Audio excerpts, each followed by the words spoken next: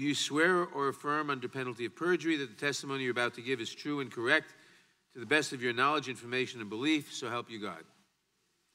Let the record show that the witnesses answered in the affirmative. Thank you, and you please be seated. Please note that your written statements will be entered into the record in their entirety.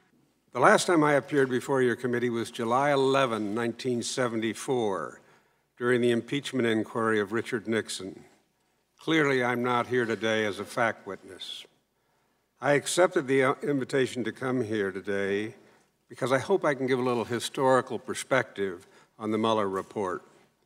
In many ways, the Mueller report is to President Trump what the so-called Watergate roadmap, officially titled the Grand Jury Report and Recommendation Concerning Transmission of Evidence to the House of Representatives, was to President Richard Nixon. Stated a little differently, Special Counsel Mueller has provided this committee with a roadmap.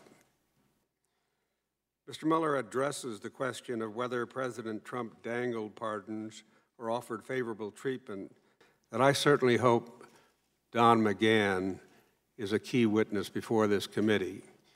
Because of my testimony, the model code of the ABA today makes very clear in Rule 1.13 that Mr. McGahn represents not Donald Trump, but the office of the President.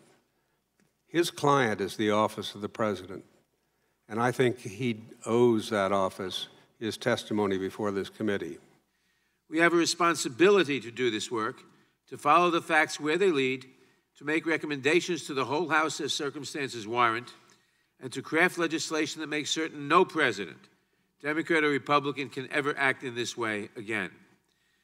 The president called McGahn at home that night and then called him on Saturday from Camp David. We were attacked by a foreign adversary. President Trump's campaign took full advantage of the attack when it came. The descriptions of obstruction of justice in Volume 2 go to the heart of our legal system.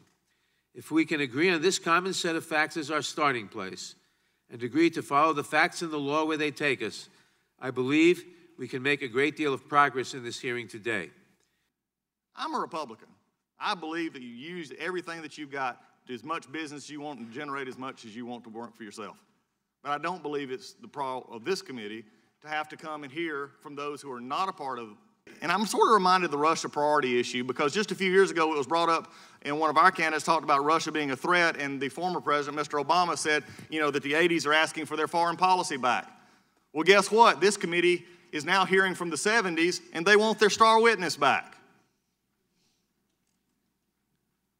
In fact, it's very difficult for one of the witnesses here today, for many of us who could actually trace the distrust in government back to the witness here today, the 70 star of obstruction.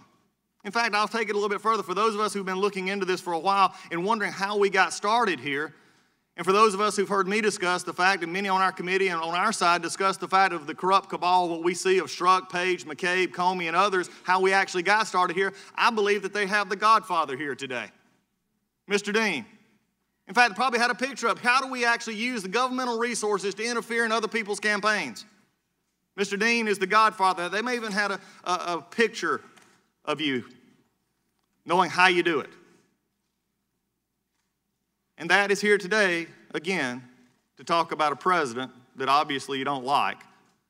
As long as that memo is in effect, it binds DOJ lawyers and Robert Mueller in his consideration